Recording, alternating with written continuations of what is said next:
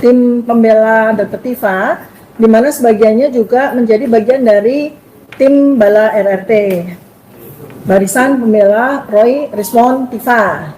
Ya. Nah, pada hari ini kita diskusi panel seharian ya, kita diskusi seharian, melakukan updating terhadap beberapa perkembangan-perkembangan yang terjadi terkait dengan peristiwa di mana kami RT ya, terutama saya Dr. Tifa itu mengalami kriminalisasi ya. Ini sudah mau ulang tahun ini, persoalan ini udah mau ulang tahun ya. Dan di April udah ulang tahun ke satu tahun ya.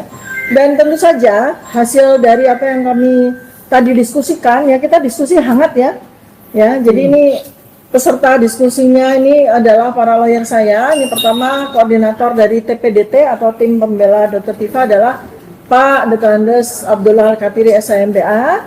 Lalu kemudian kedua yang lain ini saya perkenalkan ya, Bang Dr. Fadli Nasution SHMH dan Bang Dr. Kandidat Ramdan Syah Bakir SH MH dan MM yang lain banyak 13 master. Dan tim TPDT itu terdiri atas 19 lawyer ya, dan sebagian diantaranya kami ikut sertakan di dalam Bala RRT gitu ya. Jadi ada 3 hal yang kita tadi diskusi hangat, dan memang menurut kami ini adalah sesuatu yang baru yang belum dibicarakan oleh banyak pihak, dan barangkali juga mungkin luput gitu ya, luput sehingga karena memang kita benar-benar dedikasi untuk benar-benar mengolah apa yang terjadi ini untuk kepentingan bangsa dan negara, maka kita jadi lihat ya bahwa ada beberapa hal yang luput ini. Nah, yang pertama yang mau kita sharingkan kepada masyarakat Indonesia semuanya adalah terkait dengan kita kritisi ya, bukan kita concern apapun itu dengan restoratif justice yang terjadi pada Egy Sujana dan Damai Hari Lubis, bukan, tapi kita kritisi gitu. Karena ternyata tadi dari Bang Fadli Nasution yang menemukan ya, dan ini buat saya nih kita harus terus elaborate ya, supaya benar-benar menjadi concern dari seluruh bangsa. Ini dalam restoratif justice, dalam produk restoratif justice, yang ini merupakan produk perdana dari KUHP baru ya, Bang semua ya. Ini terjadi ada sebuah ya potensi, ini kita bilang potensi ya, maladministratif dan bahkan penyelundupan hukum nih ya. Jadi kita menggunakan tanda tanya, kita menggunakan hipotesis ya, karena mesti kita uji. Nah, dugaan ini kemudian nanti akan kami surati Kapolri ya. Kita bersepakat untuk kita bersurat kepada Kapolri dalam hal ini sebagai penanggung jawab tertinggi dari Kepolisian Republik Indonesia ya. Rencananya besok kita akan surati Kapolri ya. Nah, karena itu maka kita akan sampaikan kepada seluruh masyarakat Indonesia tentang bahwa kita perlu mengkritisi restoratif justice ini. Karena dalam beberapa angle ya, dalam beberapa substansi ini kita perlu luruskan. Sebab kalau tidak bakal terjadi presiden-presiden yang buruk di kemudian hari, gitu kan ya. Nah, jadi pertama kalau dari sisi saya sebagai satu dari 6 tersangka yang tersisa nih ya, itu ya tentu saja saya melihat bahwa ada sebuah hal yang memang perlu kita pertanyakan. Pertama, RJ sudah diberikan secara sepihak gitu ya, tanpa transparansi. Padahal ini adalah era keterbukaan informasi publik. Dan peristiwa ini adalah peristiwa publik begitu ya. Tahu-tahu ada RJ. Lalu kemudian rentetan berikutnya adalah SP3. Diberikan hanya kepada 2 tersangka, yaitu Egy Sujana dan Damai Hari Lubis. Nah, dari hal yang kedua saja ini kan juga menimbulkan pertanyaan buat kita. Kenapa? Karena laporan polisi yang dilakukan oleh saudara Joko Widodo itu kepada 8 orang, bukan hanya kepada 2 orang ini. Jadi kalau ada SP3 menurut awam saya, ya berarti terkait juga dong kepada ke-8 tersangka yang lain gitu. Nah, ternyata setelah kita sama-sama pelajari tadi, ada pasal di dalam KUHP baru ya. Kitab Undang-Undang Hukum Acara Pidana baru ini 2025 yang berlaku 2 Januari 2026. Di pasal 79 ya, ini ada butir yang nanti mungkin saya baca lengkap ya, atau saya baca lengkap sekarang. Saya baca lengkap sekarang ya, supaya kita semua tahu. Jadi kita belajar hukum nih, seluruh masyarakat Indonesia ya. Saya bacakan ya. Jadi pasal 79 KUHP baru yang baru berlaku ya. Ini berbunyinya begini ya. Pasal 79 ya. Mekanisme keadilan restoratif atau restoratif justice ya. Exercise pertama adalah terjadi pada Egy Sujana dan Damai Hari Lubis ya. Dilakukan untuk memulihkan keadaan semula yang berupa A. Pemaafan dari korban atau keluarganya, ya. Nah, ini ada pemaafan nggak nih dari pihak Pak Joko Widodo nih dan keluarganya. Lalu pengembalian barang yang diperoleh dari tindak pidana kepada korban, ya, konsepnya nggak ada. Penggantian biaya perawatan medis dan atau psikologis, ganti rugi atas kerugian lain yang diderita korban sebagai akibat tindak pidana yang dialami korban. Terus memperbaiki kerusakan yang ditimbulkan dari akibat tindak pidana yang dialami korban, atau membayar ganti rugi yang ditimbulkan dari akibat tindak pidana. Ya. Kedua, pemulihan keadaan semula sebagaimana dimaksud pada ayat 1 harus dituangkan dalam kesepakatan. Ketiga, kesepakatan sebagaimana dimaksud pada ayat 2 wajib dilaksanakan dalam jangka waktu paling lama 7 hari.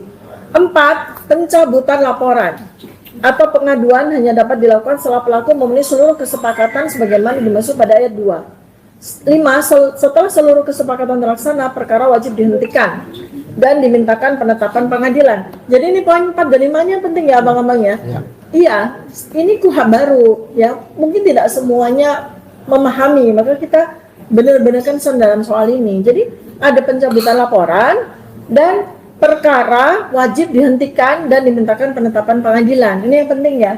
Nah, silakan abang, saya mau dengar pendapat. Ini ada 3 pakar hukum ya. Mungkin dari sisi teknis pasal, Bang Al-Katiri bisa berikan kuliah ke saya. Kemudian dari sisi substansi hukumnya, Bang Fadli. Lalu kemudian mungkin dari sisi filosofi hukumnya ya, dari Bang Ramdan. Silakan. Iya, saya dulu ya. Ya. Oke, terima kasih. Assalamualaikum warahmatullahi wabarakatuh. Waalaikumsalam. Pertama-tama saya akan tambahkan apa yang disampaikan oleh Dr. Tika, ya kan, hubungan dengan restoratif justice atau keadilan restoratif yang disebut ya, di dalam KUHP ya. Yang mana kita tidak membahas soal orangnya dalam hal ini bes maupun damai, tapi mekanismenya yang kami bahas karena kami sebagai orang hukum pasti menyorotinya dari segi hukum. Formulanya.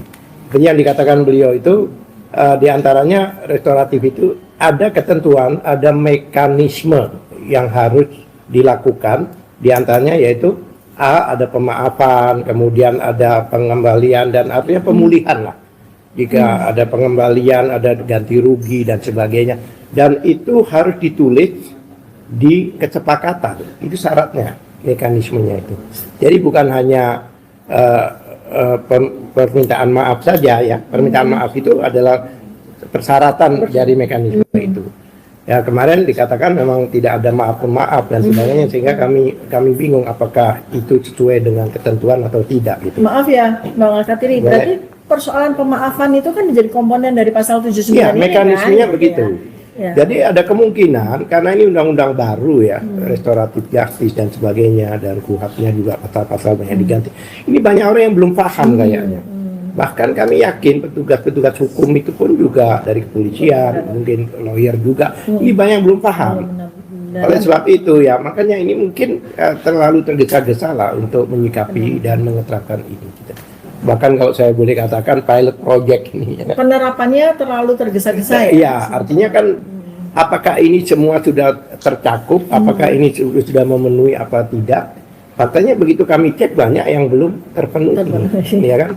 Ya diantaranya itu tadi ya, ada pengembalian barang dan sebagainya. Itu yang memang kalau ada pengembalian barang, kalau ada kerugian, kerusakan, ada kerusakan. Itu salah satu persyaratan dari pemaafan itu. Dan itu bukan hanya harus disepakati, ditandatangani bersama. Nah, ini kan kami belum dengar ya selama ini. Kemudian kesepakatan yang mana ya dimaksud adalah wajib dilaksanakan dalam jangka waktu paling lama 7 hari dan sebagainya. Itu hanya mekanisme periode aja ya.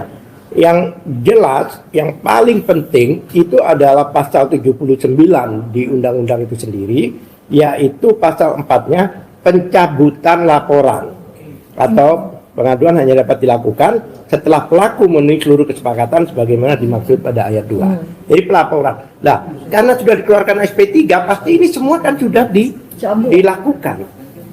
Salah satu persyaratan SP3 itu adanya pencabutan laporan. Yang ini yang membuat kami juga agak heran dan juga kami pertanyakan bahwa pelaporan dari Jokowi maupun 3 peserta itu pelengkap itu, ya kan, artinya pendamping itu laporan itu semuanya hanya 1 laporan digunakan untuk 8 orang. Atau kalau kita sebut laporannya Jokowi contohnya, itu 1 laporan dan 1 sprindik. Boleh nggak kita sebut laporan Jokowi CS gitu lah ya? Boleh. Nah, ini kan ada Roy Suryo CS, ini ada Jokowi CS. Iya, anggap aja begitu. Iya kan? Itu kan laporan itu bukan satu-satu. Jadi laporan Jokowi contohnya itu hanya 1 laporan, 1 nomor laporan digunakan untuk 8 orang. Nah, kalau laporannya itu dicabut, ya berarti semuanya dicabut dong. Sudah otomatis. Siapa yang berbicara itu? Undang-undang. Mana ada, oh cuma 2 saya cabut, 3 enggak bisa. Selama itu konsekuensinya, kalau memang dan saya yakin ini dilaksanakan karena ini suatu mekanisme. Kalau memang ada pencabutan, ya kan tidak bisa orang per orang. Jadi semuanya harus dicabut, ya kan? Nah, ini saya ingin tahu fairness daripada kepolisian ini, ya kan? Artinya keadilannya itu apakah due process of law dalam hal ini berhubungan dengan undang-undang ini dilakukan apa tidak? Nah, saya tanggapi sebentar sedikit. Boleh silakan. Ya, jadi gini, kita harus ingat ya tentang kronologi peristiwa laporan polisi itu, ya. Itu peristiwa terjadi ya, laporan polisi Pak Joko Widodo itu 30 April 2025. Ya. Lalu kemudian diikuti atau ada 6 laporan lagi, laporan polisi lagi dari para termul lah gitu. Kemudian ada 2 termul yang mencabut laporannya. Tinggal 4 dari 5 ya, ada 1. Terus tinggal 4 ya, tinggal 4 yang lanjut. Lalu kemudian karena laporan 4 itu disampaikan di beberapa Polres ya Pak, Polres atau Polsek? Ada Polres. Ada di Jakarta Pusat, ada di Depok, ada di Bekasi begitu kan? Ada di Polda sendiri. Maka kemudian muncul kebijakan dari Polda untuk menyatukan. Ya, jadi dari 4 laporan polisi itu kemudian disatukan dengan laporannya Pak Joko Widodo di Polda, kemudian diproses di Polda. Nah, jadi konsekuensi dari kebijakan Polda itu ya tentu saja terkait dengan persoalan SP3 yang dikeluarkan oleh mereka kan. Jadi mereka harus konsekuen juga.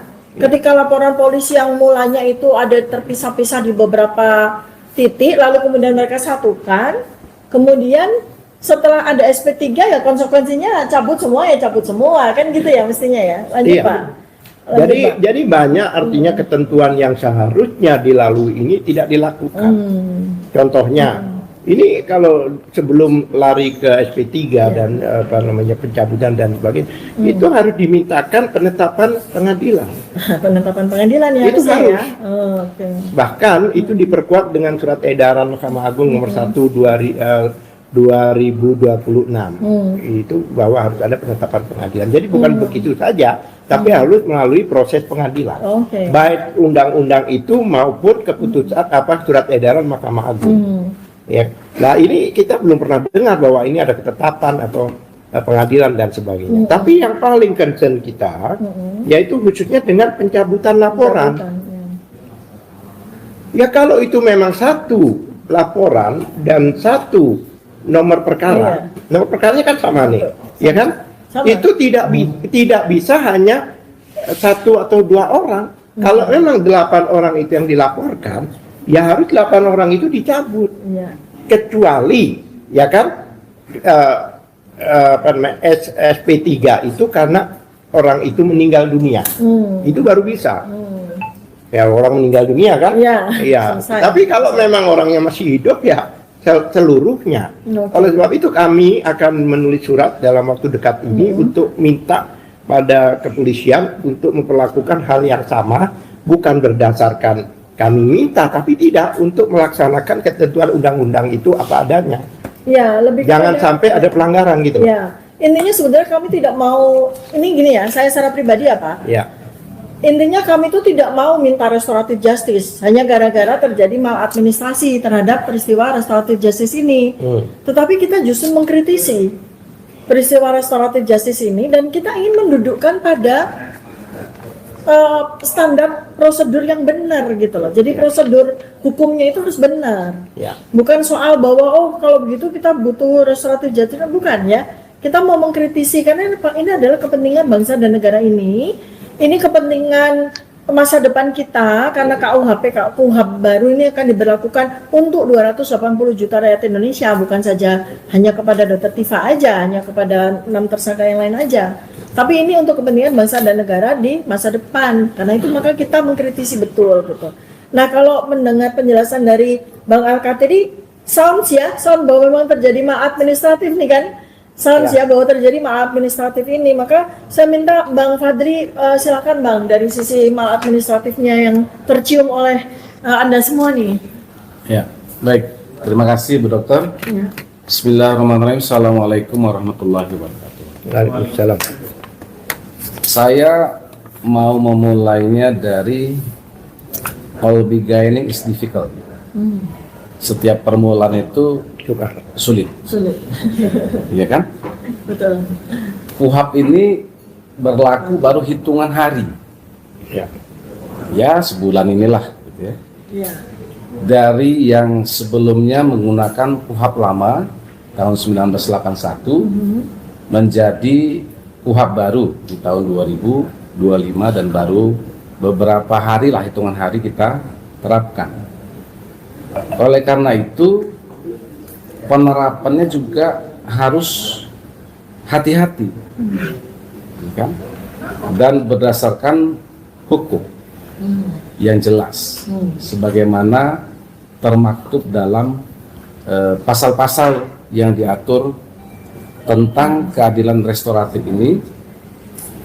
Ada 10 pasal yang mengatur, mulai dari pasal 79 sampai dengan pasal 88. Dimulai dari pasal 1 angka 21 di KUH pidana. Nah, ini yang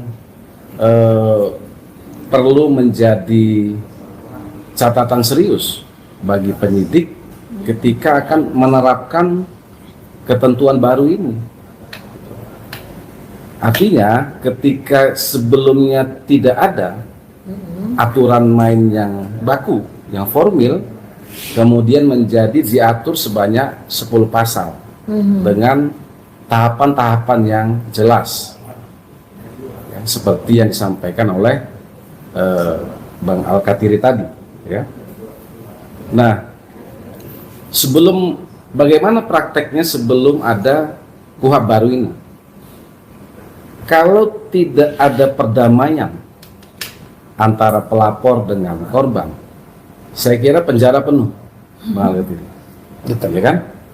Maka dalam praktek juga seringkali penyidik itu selalu menyampaikan atau menawarkan solusi-solusi perdamaian supaya tidak sampai pada proses hukum peradilan yang akan memakan waktu yang lama dan juga biaya yang tidak sedikit. Nah, sekarang kita kembali memahami dulu apa sih sebenarnya keadilan restoratif itu.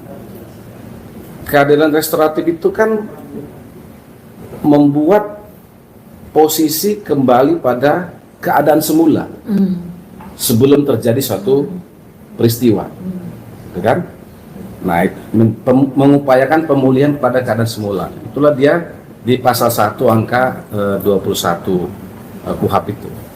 Jadi kan jelas tuh. Nah, sekarang kita kaitkan dengan pasal-pasal yang dilaporkan oleh para pelapor ini di Polda Metro Jaya. 310, 311, 160 yang klaster 1, ya kan?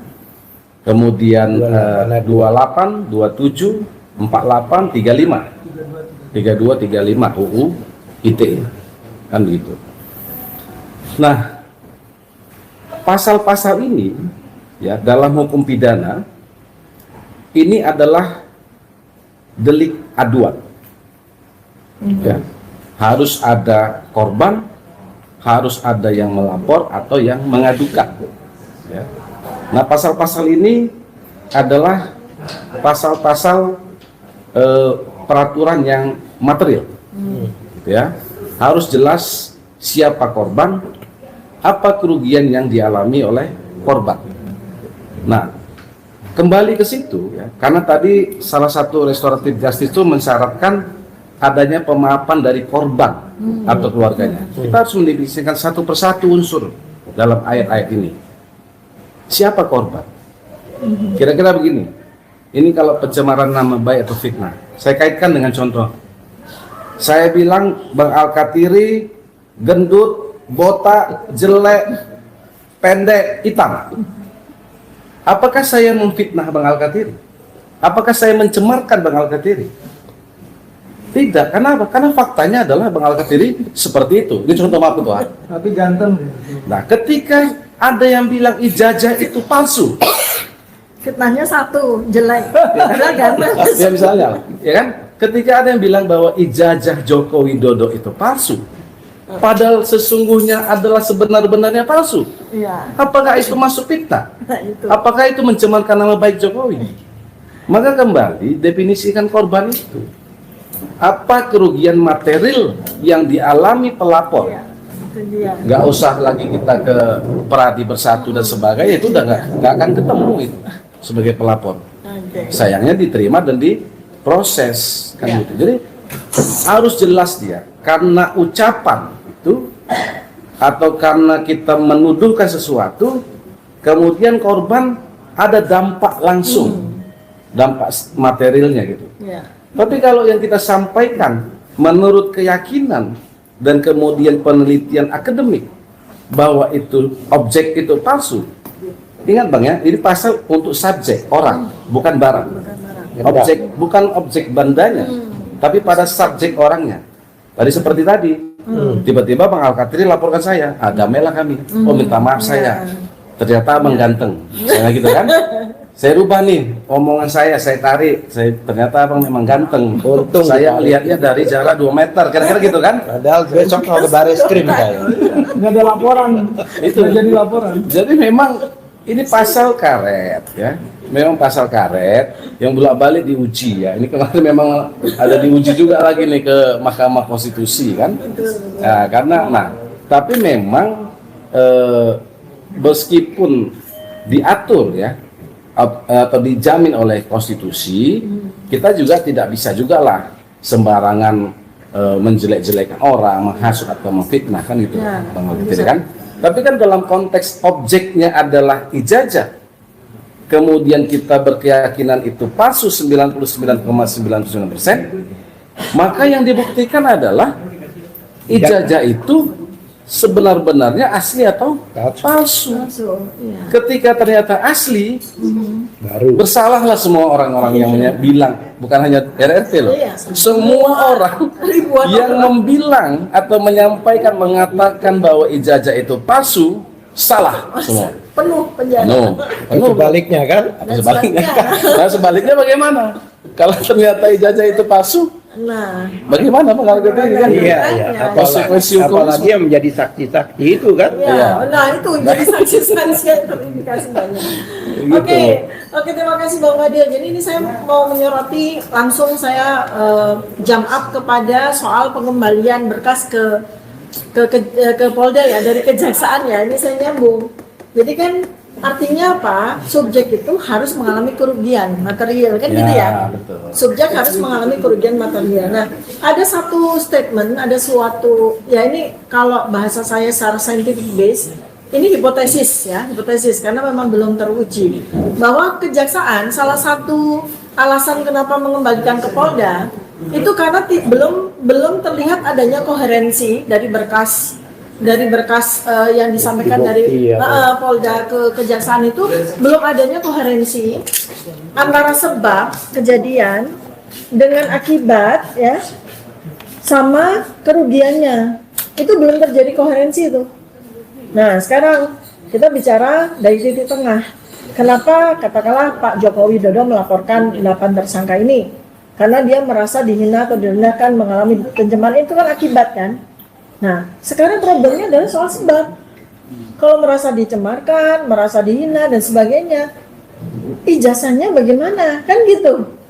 Ya kan? Karena terjadinya sebab asbabnya itu, etiologinya kalau dalam bahasa kedokteran itu kan soal ijazah itu. Yang mulanya itu dari sejak 2013 loh. Ya, berarti 13 tahun yang lalu loh, ya. Dari sejak ceramah yang Pak Jokowi itu mengatakan IP-nya saya di bawah 2. Itu kan pertanyaan pertama mulai dari situ, dan belum ada sanggahan, belum ada klarifikasi apapun sampai peristiwa 2017 di mana Pak Bambang Tri jadi korban kriminalisasi yang pertama akibat ijazah. Lalu peristiwa 2022, peristiwa Bambang Tri lagi dan Pak Gus Nur.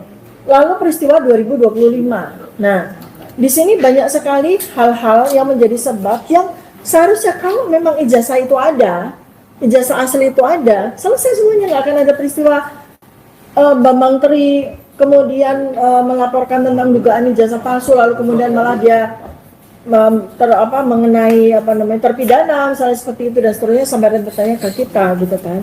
Nah, sekarang saya mau tanya dari aspek fundamental dari fondasi atau fundamental substance dari peristiwa ini ya.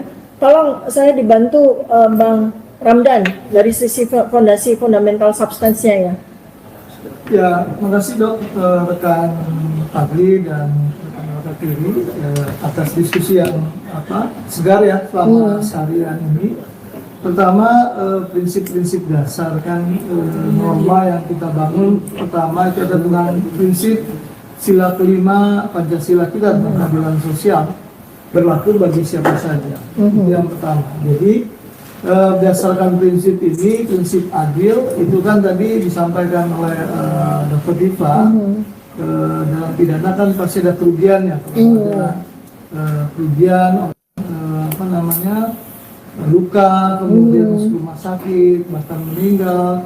Sekarang dalam hukum pidana kita ada namanya restitusi atau keadilan. Setelah dipidana pun masih bisa dikenakan biaya denda. Dan itu menurut saya salah satu prinsip ketika negara kita makin modern, kemudian makin mengakui hak-hak warga negara, bahwa setelah ada kerugian maka kemudian diberikanlah kompensasi atas kerugian tersebut. Itu yang pertama. Itu mengacu pada prinsip dasar keadilan sosial berdasarkan Pancasila. Lalu ketika kita masuk pada peristiwa pidana, tadi kan rekan Fadli menyebutkan bahwa ada yang namanya kerugian. Kerugian itu satu bisa konkret. Misalkan tadi angkanya motor saya ditabrak, kemudian kerugian motor saya misalkan 10 juta. Saya berhak kemudian kalau itu ditabrak dengan sengaja, maka itu adalah unsurnya pidana. Dan kemudian kerugian motornya itu bisa kemudian kena cas biaya yang konkret. Tetapi ketika ada kejadian hari ini yang saya sampaikan terkait dengan pencemaran nama baik. Kalau itu pencemaran nama baik itu adalah deliknya aduan, maka kemudian masuk ke dalam ranah privat sebenarnya, kerugian pribadi. Nah, ini tentu saja harus dikonkretkan juga.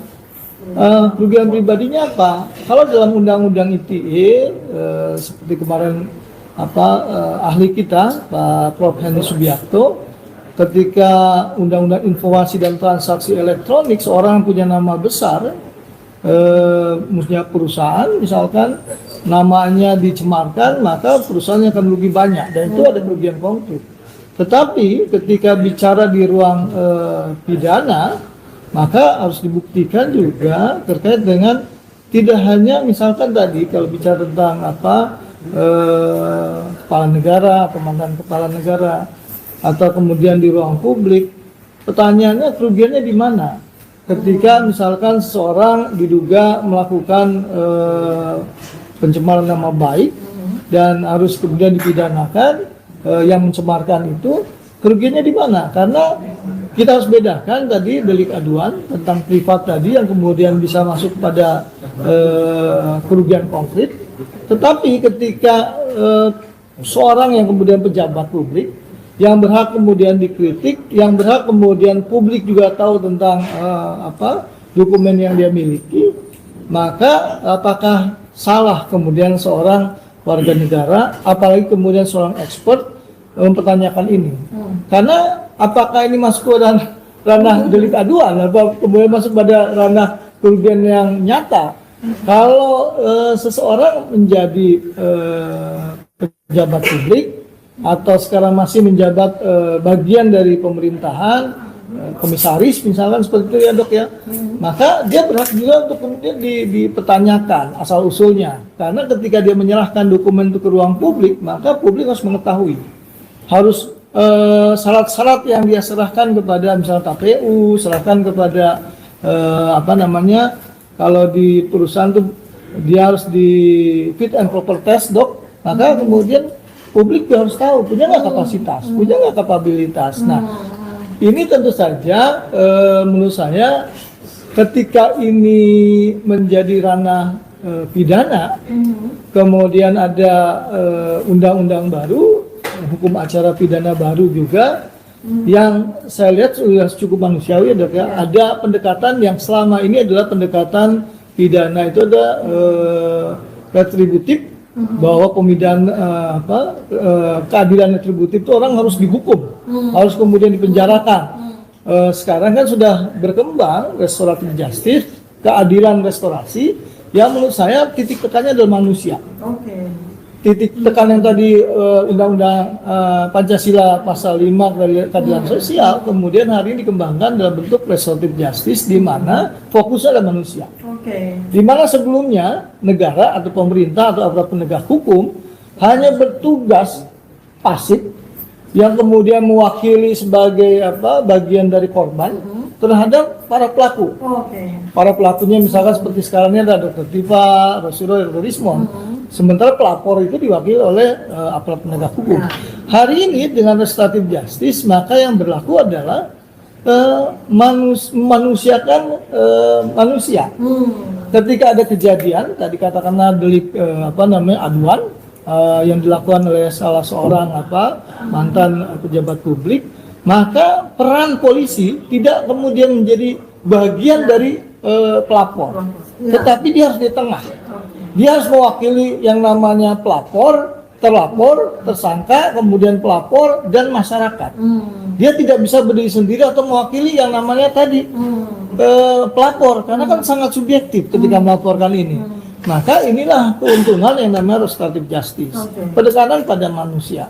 Dan ini juga sama halnya dengan sebangun dengan tim reformasi percepatan Polri, di mana saya menyebutkan itu ada community policing. Polisi masyarakat itu seperti di Jepang ya, Koban namanya. Polisi itu unity police ya. Unity policing, community policing itu adalah polisi itu menjadi bagian dari masyarakat, mewakili masyarakat. Masyarakat tidak hanya pelapor, tapi juga terlapor, tetapi juga masyarakat yang pengen tahu benar nggak sih ini ijazahnya asli. Jadi nggak bisa polisi saat ini menjadi berat sebelah. Justru ketika restoratif justice, maka polisi menjadi bagian keseluruhan. Nah, ini menurut saya poin penting yang pondasi yang saya pikir harmoni yang akan dibangun. Jadi keadilan itu bicara tentang harmonitas, harmoni ya, unity. Ini adalah yang harus ditekankan hari oleh kepolisian. Sehingga ketika menghadapi kasus seperti ini, maka kalau memang buktinya kurang kuat, atau dalam kasus tadi pembicaraan diskusi hari ini, kalau memang satu LP yang dilaporkan, prinsip adil itu adalah tidak kemudian kontradiksi dalam kontradiksi intermino misalkan, katanya adil, kok yang diberi cuma 2. Pada prinsip yang namanya pencabutan laporan dicabut atau maka otomatis tidak kemudian terpilah satu-satu. Kita bagian utuh Dr. Tifa, kemudian Rosyuro dan Rismon itu bagian utuh dari Egy misalkan, dan kemudian Haris Damai Lubis. Ketika satu berkas dicabut, maka dalam undang-undang baru kan menyebutkan harus ada perdamaian misalkan. Bukan kita minta. Ketika itu dilakukan oleh misalkan polisi mengatur ini antara pelapor dengan terlapor, tentu saja terlapor tidak kemudian 2 orang, yang dilaporkan ada 6 ya, ada 8 total. Maka kemudian 2 sudah diberikan SP3, yang lainnya kok tidak di treatment yang sama. Ya. Prinsip polisi tidak berat sebelah tadi saya bilang bahwa dia harus mewakili semuanya, mewakili terlapor, mewakili pelapor, mewakili masyarakat. Masyarakat juga pengen tahu. Nah, terakhir menurut saya Dok ya, di sinilah kemudian polisi punya peran penting sebagai pintu masuk dari sebuah sistem peradilan pidana. Tidak harus kemudian nunggu sampai pengadilan Dok. Ya.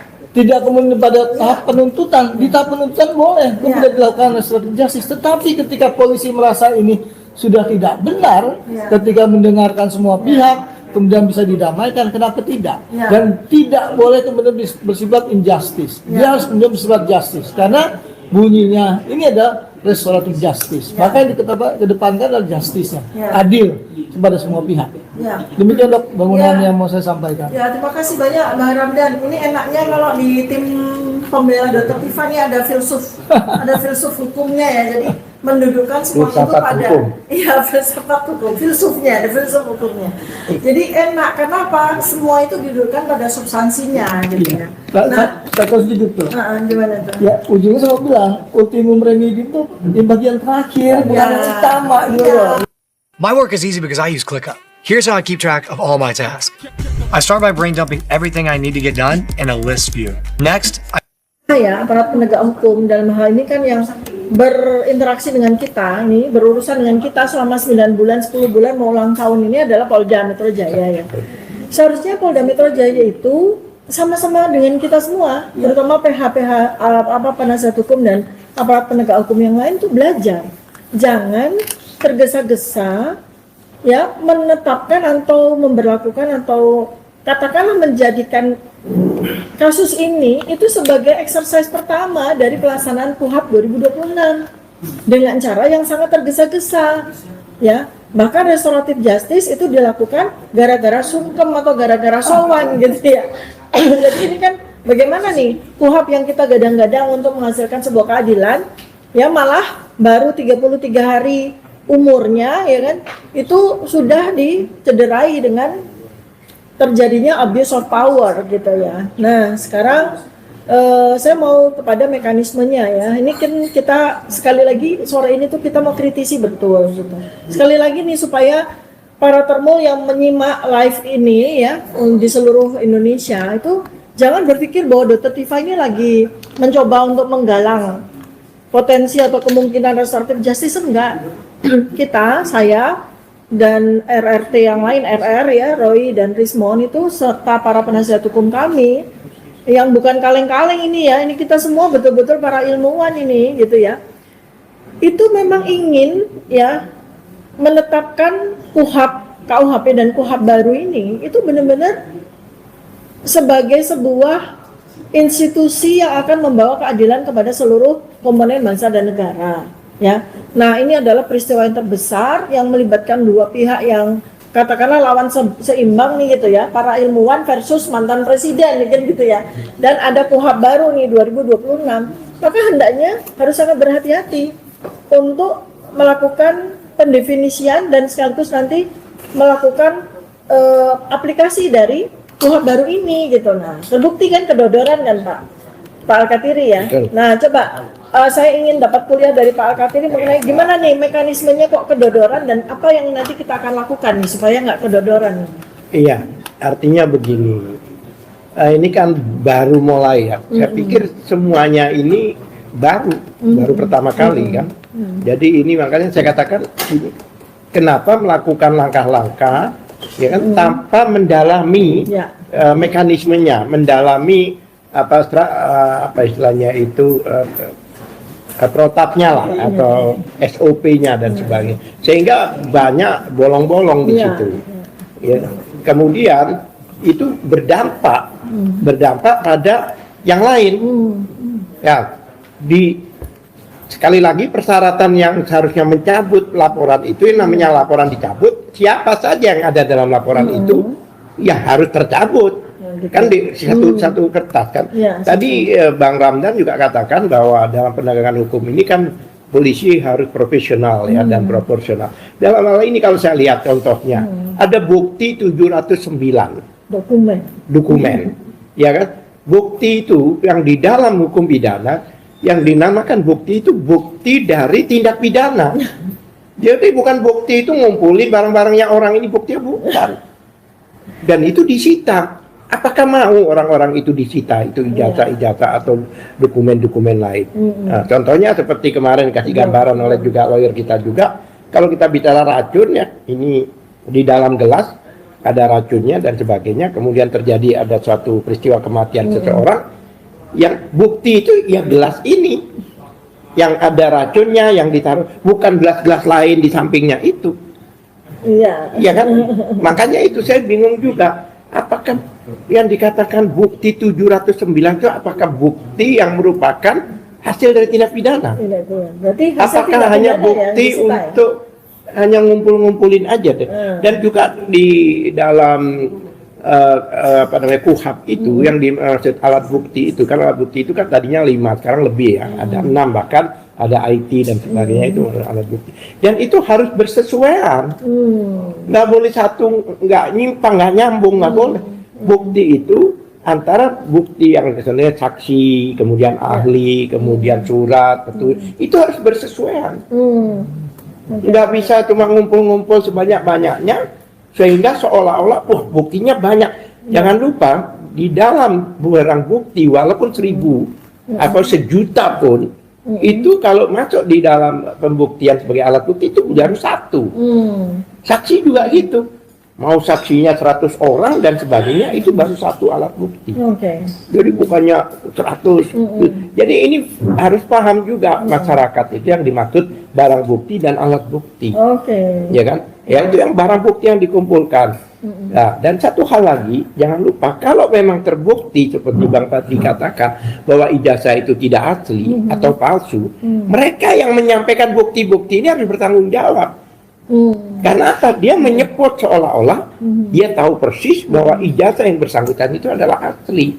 Itu ada di dalam undang-undang itu, namanya apa namanya, keikutsertaan dalam perbuatan tidak pidana. Bahkan yang berbicara di media yang seolah-olah sudah mengetahui, sudah melihat, ternyata nanti terbukti bahwa itu palsu, ya mereka harus bertanggung jawab, harus siap itu. Satu. Terus kedua lagi masalah P19. P19 itu dalam arti bukan pasti P21, belum tentu. Jadi kenapa dikembalikan? Karena jaksa merasakan itu belum lengkap.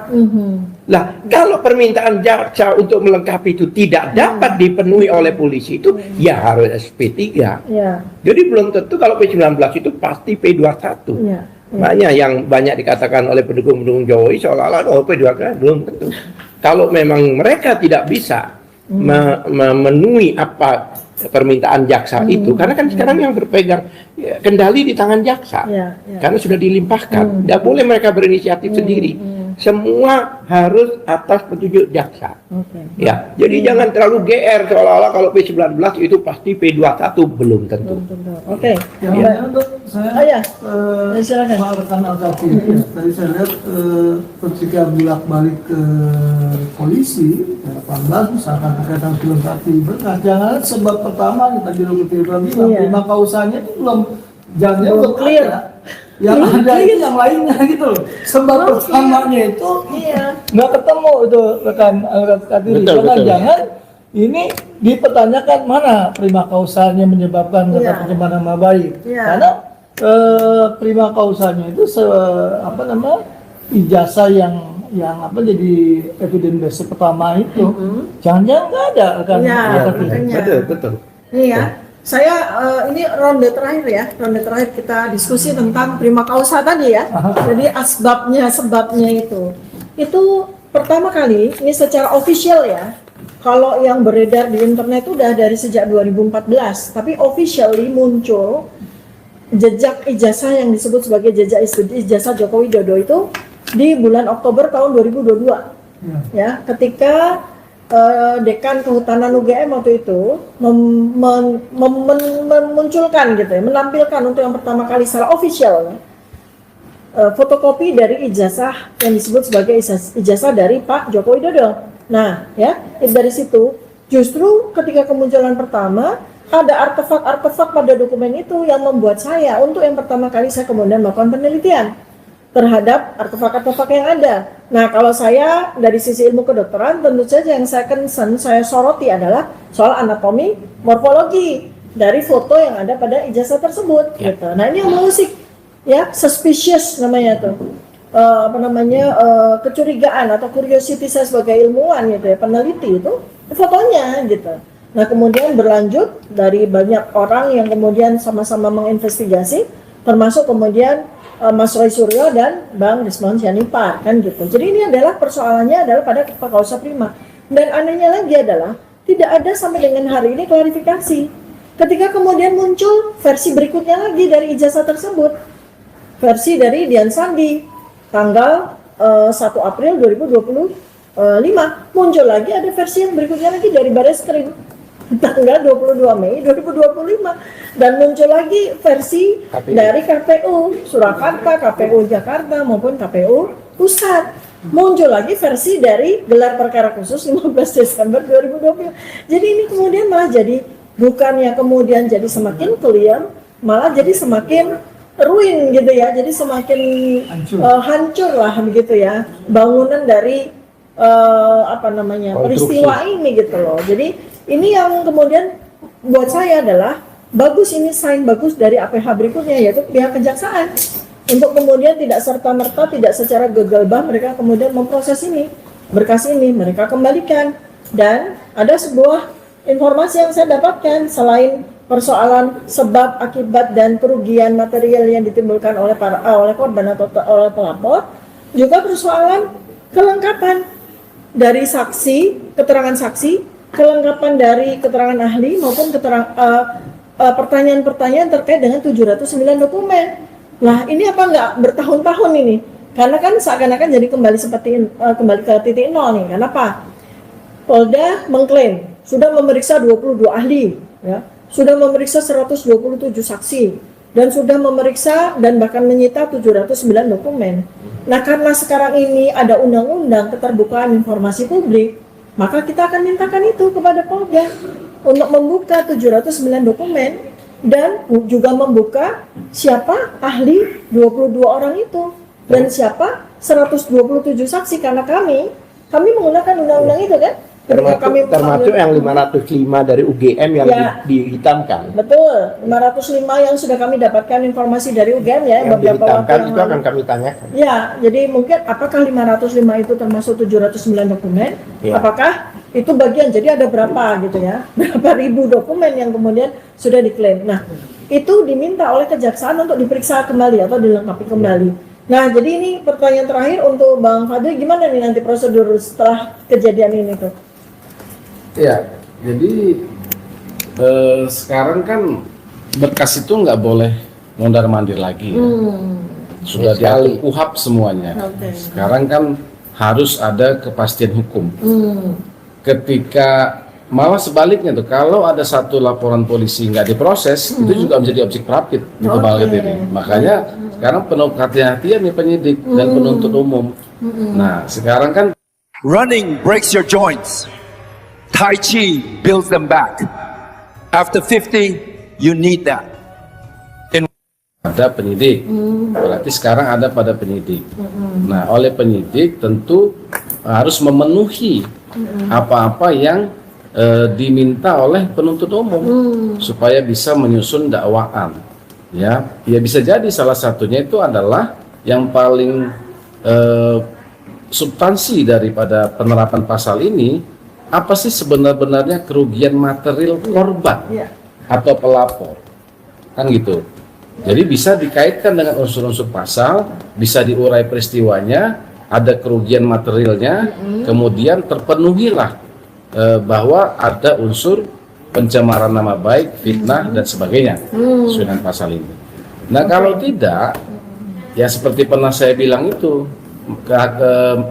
Pengadilan Negeri Jakarta Pusat membebaskan si Haidar kalau salah itu, karena dakwaan cacat formil, gitu. Itu juga harus kehati-hatian bagi penuntut umum sekarang dengan adanya KUHP baru ini. Tapi kemudian kalau tadi kita kembali pada keadilan restoratif ya, saya kira memang tidak sesederhana itu Ya. sebenarnya Pak, ya kan? Ya nanti kita perlu juga cari ya, ada nggak masyarakat yang memohonkan keadilan restoratif tapi tidak diproses? Jangan-jangan ada? Jangan-jangan ada Iya ya? kan? Iya. Ini kok secepat kilat. Kita ditampilkan satu drama sowan ke Solo, Kemudian muncul kemudian justice, RJ, ya kan? kemudian ada diambil SP3 begini-begini kan, bingung nih. Ini bener nggak nih mekanismenya sebenar-benar dijalankan nggak ini? Kan gitu. Ya kan ada nggak nih surat perdamaiannya? Perdamaian yang tertulis isinya apa? Pemaafan. Nah kalau dia LP-nya itu 8 orang, berarti kan konsekuensi damai cabut LP. Iya. Berarti otomatis 8 orang tidak lagi dalam status terlapor. Iya, kan? Berarti Tersangka. tersangkanya juga harusnya gugur demi Iya. hukum. Itu pasal 79 bunyinya gitu. Iya, Pak. 79 sampai Iya. 88 itu semua mengatur seperti itu. Iya. Terus penetapan pengadilan mana? Jakarta Pusat, Jakarta Selatan, Solo. Lah, kok nggak ini loh? Absolutnya. Kok nggak ada yang tahu gitu? Tiba-tiba, ya kan? Tiba-tiba muncul SP3. Muncul SP3 gitu. Padahal kalau menurut pasal 79 penetapan pengadilan. Penetapan pengadilan, ya kan? Pengadilan. Nah ini nih proses-prosesnya yang ya Nggak jelas. ya harusnya tadi bisa jadi terjadi penyeludupan hukum kan, dugaan kita seperti itu kan, harus memang transparan lah ya. Penyidik juga harus transparan terhadap proses-proses yang ditampilkan di hadapan publik. Kenapa? Karena sekali lagi kita tekankan soal ijazah ini adalah demi kepentingan umum, Demi kepentingan umum. Ya. bukan kepentingan orang per orang, Ya. RRT tidak, Betul. atau 8 orang lain yang pernah dilaporkan. Betul. Iya. Ya kan, Jadi, kepentingan umum ini yang menjadi harus menjadi perhatian kita semua gitu. visi misi tujuan utama kita itu kepentingan umum. Iya. Makanya kita kritisi betul ini gitu. Sama ya, kemudian dalam waktu dekat kita akan bersurat kepada Iya. kepolisian, kepada Kapolri, bahkan mungkin kepada para stakeholders yang lain ya untuk menguji restoratif justice yang sekarang ini sudah dilakukan oleh Polda beserta dengan SP3-nya. Kita akan minta uji materi ya. Kita akan minta uji materi gitu kepada para stakeholder yang terkait. Nah, mungkin terakhir ada dari Bang Saya Ramdan. mau masuk kepada restoratif justice yang kemudian kita kaitkan dengan permintaan kita di MK ya, uji materi. Tapi sebelum itu saya tadi mau mengkritisi, mengeksplor statement dari rekan Fadli Nasution bahwa restoratif justice itu nggak ujuk-ujuk dong.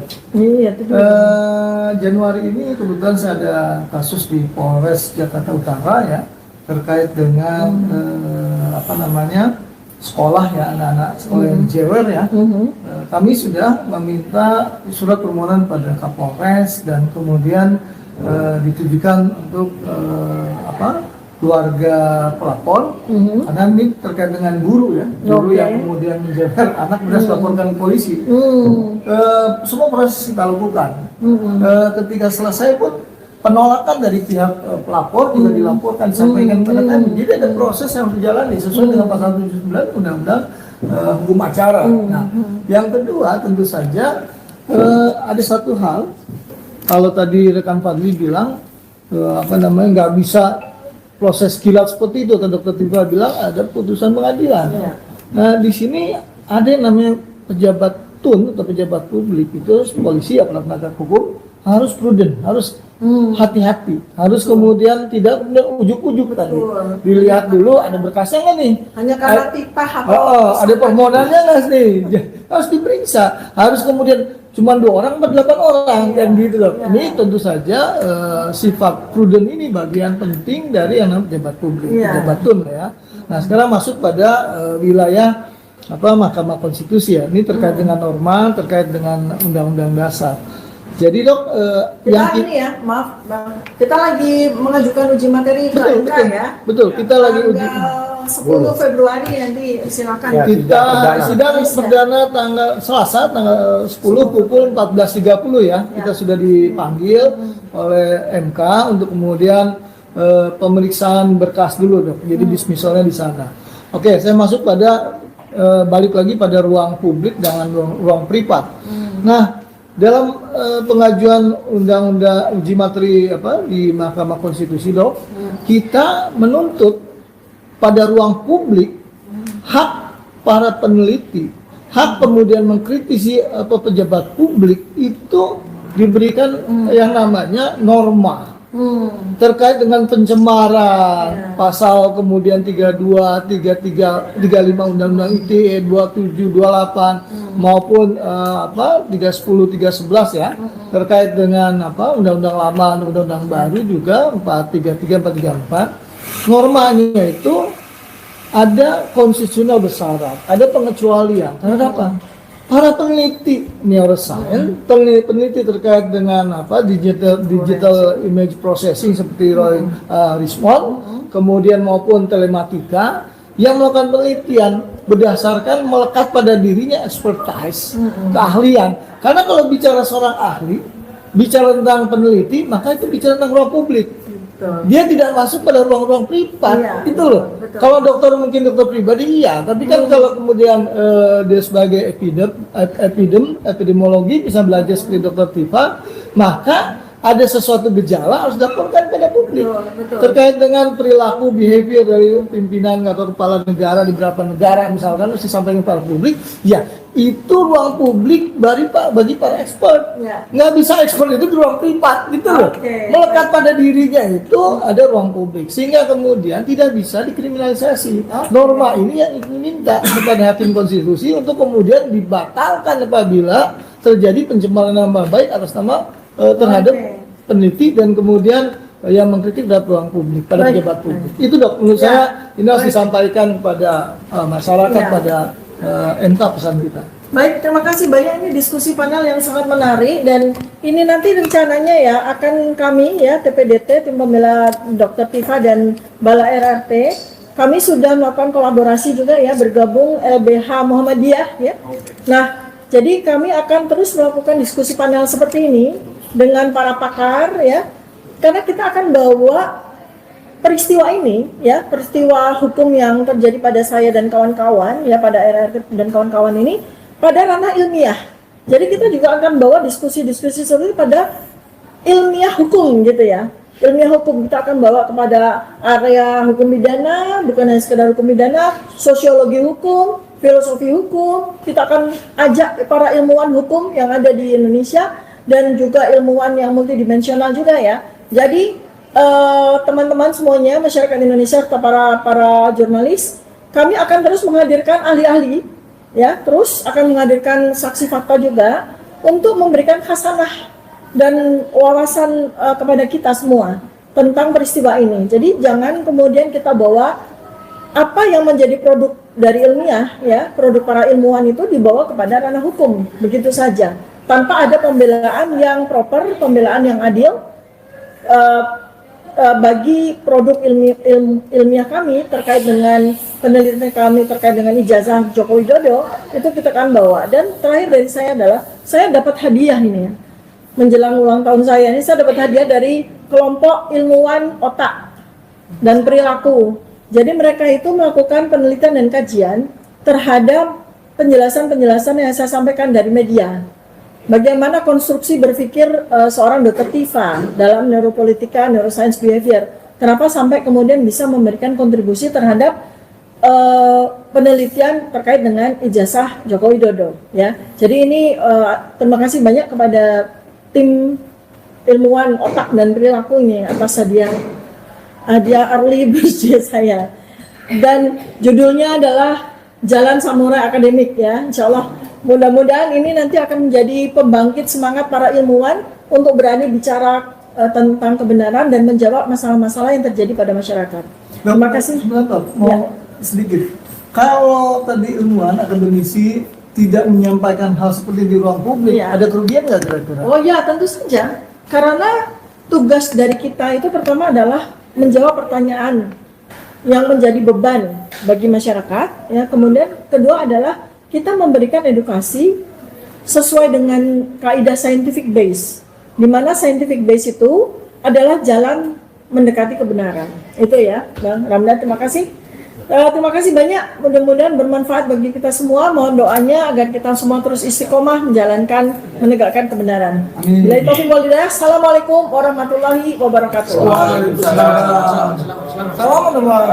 Kalau saya pada salaman, Dokter Tipa.